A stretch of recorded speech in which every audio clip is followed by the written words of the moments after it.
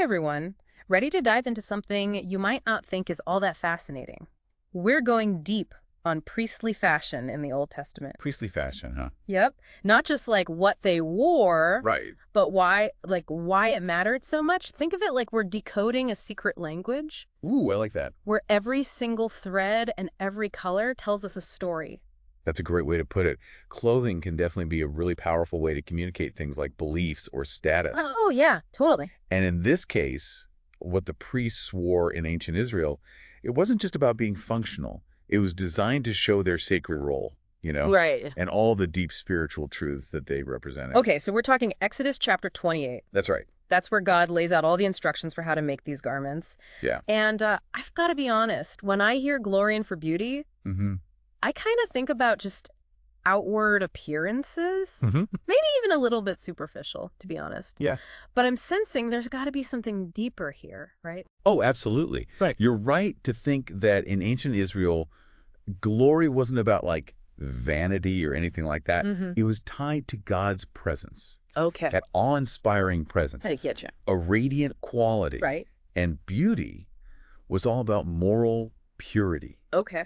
and righteousness. It's interesting. So these garments, they were meant to embody both, right? Okay. The splendor of God and the state of the priests. Okay, so we're talking about clothes that aren't just about looking nice, Right. but about reflecting this connection to God. Absolutely. Got it. So who exactly are we talking about wearing all this? So we're focusing on Aaron, Okay. the brother of Moses, Mm-hmm. who was chosen as the high priest, Right. and his sons, too. Okay. They were set apart from everyone else. From the other Israelites. Yeah, for this very specific purpose. For this sacred purpose. Exactly. So we've got like the priestly A-team decked out in these symbolic garments. I like it. Exodus chapter 28 even lists the materials they were supposed to use. Gold, blue, purple, scarlet, and fine linen. Wow. Can you just imagine that? Yeah. That visual impact of all that? So rich. The richness, the vibrancy. But beyond the aesthetics, was there a reason they used these specific materials? Oh, for sure. Each material had a deep symbolic meaning. Okay, tell me more. For example, gold Yeah. represented divinity, Okay. purity, and value. It was the most precious metal, Uh-huh. so it was used to adorn the most sacred objects. Makes sense. Gold has always had this, This special something. yeah, this otherworldly feel to it, almost divine, you know? Exactly. Okay, what about those colors? Blue, purple, scarlet? So those colors, they were often associated with royalty, Okay. power, Yeah. and even the heavens themselves. Wow. Think about the sky, the ocean, the Yeah. robes of kings. Mm-hmm. Those colors had different weight, They did. And then you have the fine linen, representing purity, Yeah. righteousness, and closeness to God. It was often associated with holiness and spiritual devotion. Okay, so they were weaving a theological message directly into their clothes. Yeah. And remember, the priests, they were like a bridge between God and the people. Right. So their clothing wasn't just about personal style. Hmm? It was about communicating these deep spiritual truths. Right. And each material was carefully chosen, Mm. Yeah. to reflect part of the priest's role Okay. and their relationship with God. This is already so much more intricate than I expected. Right. And we haven't even gotten to the actual garments yet. Yeah, we've got a lot to cover. Let's start with the ephod. Okay. What was its significance? So the ephod was like a decorated apron Uh-huh. that they wore over the other clothes. Okay. And it was made of all those same luxurious materials: Okay. gold, blue, purple, scarlet, and fine linen.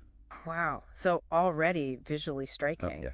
What else stood out? So the ephod was fastened at the shoulders with 2 onyx stones, and these stones were engraved with the names of all 12 tribes of Israel. Really? So it's like Aaron was literally carrying the weight of the entire nation on his shoulders. That's a great way to think about it. What does that make you think about theologically, especially considering Christ as our high priest? It's a really profound connection. Yeah. So the ephod symbolizes Aaron's role as intercessor, Right. standing in the gap for the people, Mm.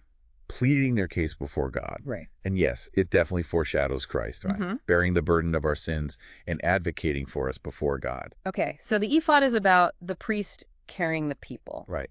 Now the breastplate, I gotta say, that sounds even more elaborate. It is. What can you tell us about that? The breastplate of judgment was truly a masterpiece. Okay. Picture this, okay? Yeah. A square breastplate about 9 inches across, Okay. woven from those same rich materials as the ephod, Got it. and then adorned with 12 precious stones. So like a dazzling display of the whole nation right there on his chest. What's that? Why the square shape? Was that significant? That's a great question. Yeah. The square is often associated with completeness, Okay. perfection, and stability. Interesting. Maybe it was meant to reflect the ideal unity of the 12 tribes, right? Yeah. Presenting them as one before God. Like a visual representation of their covenant Yes. brought together in this beautifully formed piece. Exactly. Okay, but there's one thing that always gets me, the Urim and Thummim. Right. What were they? And why were they kept inside the breastplate? Even today, the Urim and Thummim are still kind of a mystery. Wow. The Hebrew words roughly translate to lights and perfections. Okay. And from what we read in the Bible, Mm-hmm. they were used for divine communication, Interesting. maybe a way to seek guidance from God. So the breastplate wasn't just symbolic, it was actually used for something. That's right. A tool to talk with God. Yeah, it adds another layer to this garment. And don't forget, it was worn right over his heart, Oh, wow. really emphasizing the connection between the priest's role Yeah. and the well-being of the people. This is so fascinating. So we've covered the ephod, which represented the priest carrying the people, Uh-huh. and the breastplate, symbolizing the unified nation and their connection to God. Yes. What's next? So next we have the robe of the ephod, Okay. made entirely of blue fabric, Okay. symbolizing the heavens Right. Blue for heaven, and the divine realm. gold for divinity. Exactly. It's like they're wearing a visual representation of their connection to God. Yeah. What else about this robe? Along the hem of the robe, there were golden bells, Okay. alternating with pomegranate decorations. Wait, golden bells? So these garments not only looked amazing, they made noise too. They did. I'm picturing Aaron, right, decked out in gold and jewels, Yeah. bells jingling as he walks around. That's quite an image. Is this all just for ambiance? Or is there something more to it? It was definitely more than just ambiance. Okay. The sound of the bells, it served a practical yet symbolic purpose. Okay. I'm intrigued. As Aaron moved in the holy place, the bells, they signaled his presence. Interesting. It reminded people that someone was representing them before God. So a constant reminder that their priest was doing his thing. Yeah. Bridging the gap between them and God. Exactly. I love how even small details like that had such a deeper meaning. Yeah, everything was carefully thought out Yeah. and had a symbolic purpose. Okay, let's move on to the mitre and the golden plate. All right. The mitre, that's the head covering, right? Yes, it is. What's so special about it? It was made of fine linen, Okay. but the most important part was the golden plate Mm-hmm. attached to the front Right. with the words, "Holiness to the Lord." Holiness to the Lord. Wow, that's a powerful statement. It is. What was the significance of that, especially for Aaron? It was a constant reminder, right, for him and for everyone who saw him, that he was set apart for God. Yeah. Holiness wasn't just an idea, it was embodied in him. It's like his whole outfit was saying, I belong to God, I am set apart. It was. What do you think that meant for the people who saw him? It reminded them of how sacred his role was Mhm. and how important holiness was. In their own lives, too. Exactly. And it Mhm. also said that he would bear the iniquity of the holy things. What does that mean?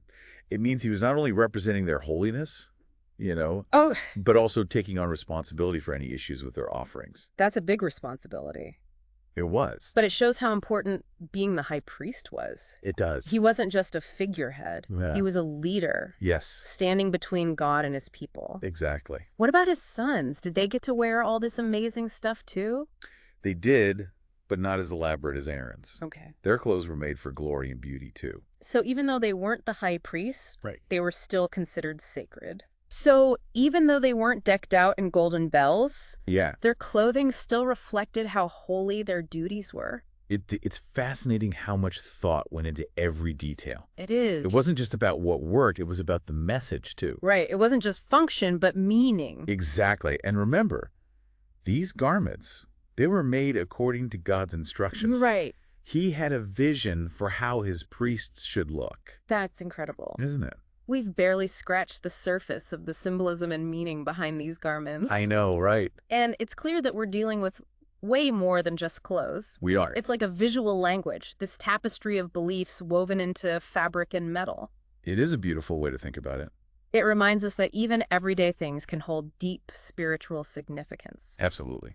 But we need to take a break here. Okay. We'll be back soon to delve even deeper into this fascinating world of priestly fashion. Stick with us. We'll be right back. Welcome back. I'm ready to keep exploring these awesome priestly garments. Me too.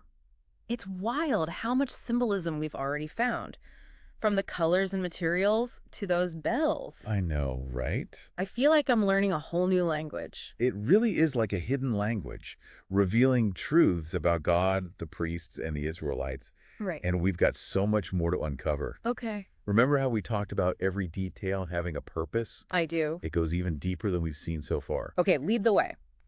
What other hidden messages are we about to decode?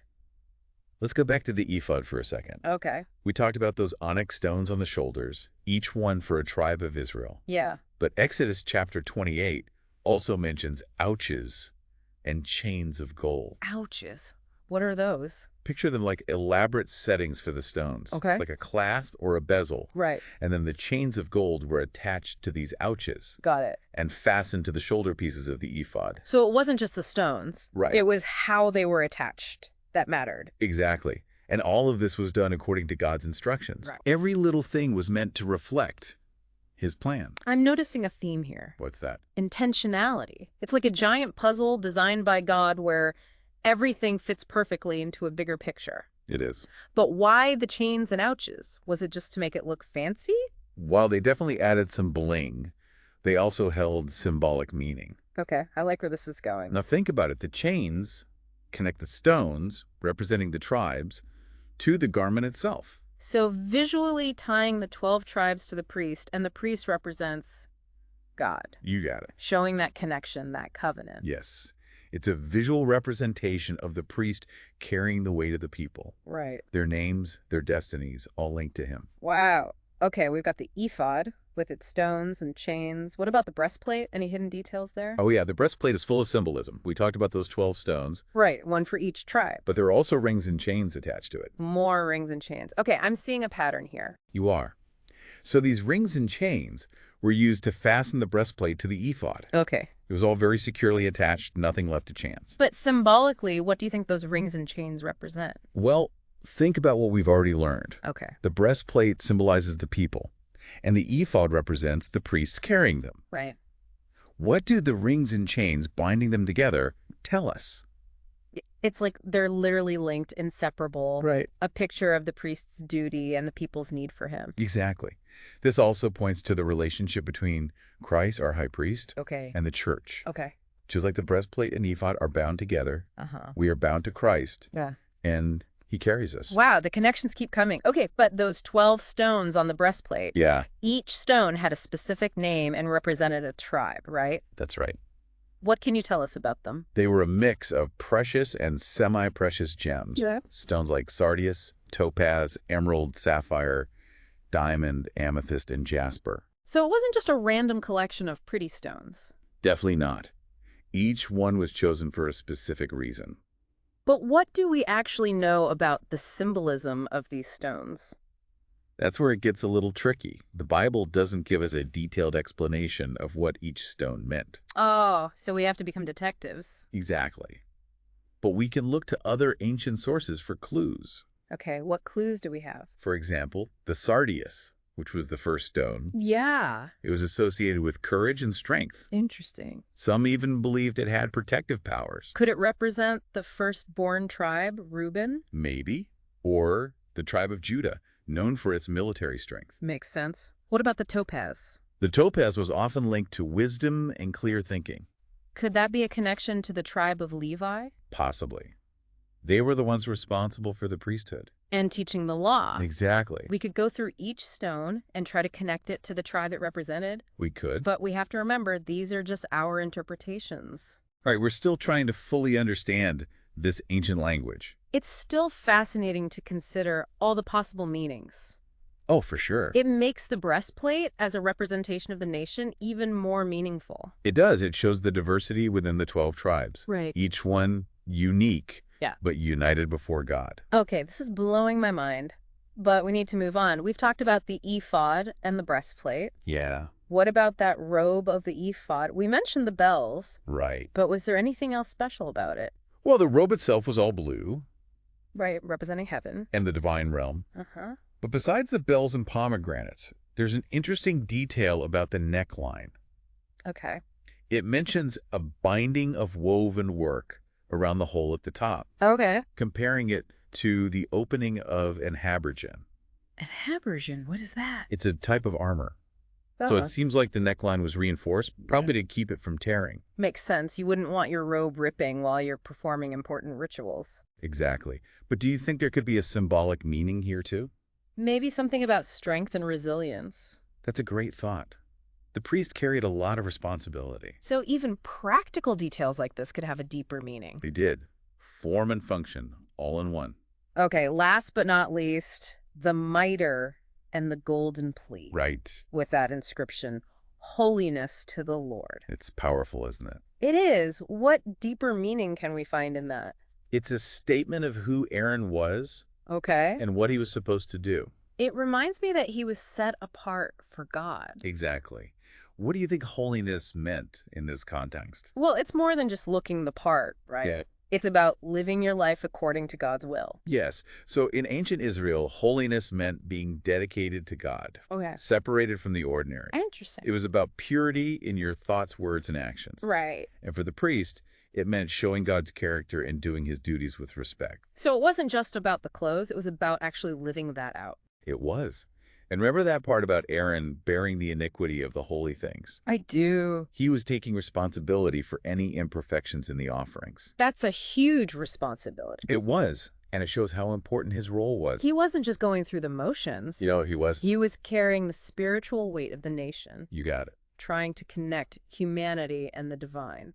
That's a great way to put it. But the high priest wasn't the only one who was supposed to be holy, right? That's right. All of Israel was called to be a holy people. So the high priest was a reminder of that calling for everyone. Exactly. And we've seen how every part of these garments contributed to that message. Right. It shows how powerful symbols can be, how clothing can communicate so much. Okay, one last question before we wrap up. Sure. Aaron's sons weren't dressed as elaborately as he was. Right. But their clothes still had meaning. They did. What do you think we can learn from that? It shows that holiness wasn't just for the high priest. Yeah. His sons, as part of the priestly line, shared in that calling too. Like a ripple effect? I like that. With the high priest at the center and his sons extending outward. Representing a broader understanding of holiness. Exactly.